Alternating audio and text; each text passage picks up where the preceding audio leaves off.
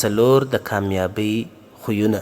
رسول اکرم صلی الله علیه وسلم فرمایي وایي څلور خویونه داسې دي که چیرې دغه څلور خویونه په تا کې موجود سي نو که چیرې د دنیا ټول اسباب او ګټې دې د لاسه څخه ووځي دا تا لره ضرر نه دي.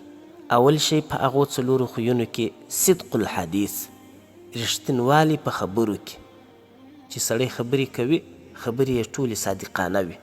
دوهم حفظ الامانه، د امانت ساتنه، که یو څوک چاته امانت سپارنه وکړي دی د هغه ساتنه کوي.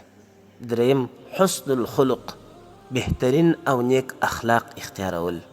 څلورم وعفة مطعم، او د خپلې خوراک د ګولې پاکوالی. د دغه مبارک حدیث روایت امام احمد رحمت الله علیه کړی دی. اوس ښاغلو دوستانو دا څلور داسې خویونه دي چې سړی ډېر زیات ژور غور پکښې کې وکړي او د زړه پر صفحه یې د زرو په نقش باندې ولیکي او ساتنه یې وکړي او د هغه څخه وروسته یې په خپل ځان کې په جدیت سره راولي، عملي یې کړي. په خپل ګریوان کې انسان وګوري چې دا خویونه په ما کې شته او که نسته. طبیعي خبره ده کوم شیان چې د ګټې وي او واقعي د کامیابۍ رازونه وي که سړی هغه د لاسه څخه ورکړي نو بالمقابل د غټو خسارو او نقصاناتو سره انسان مخ کیږي.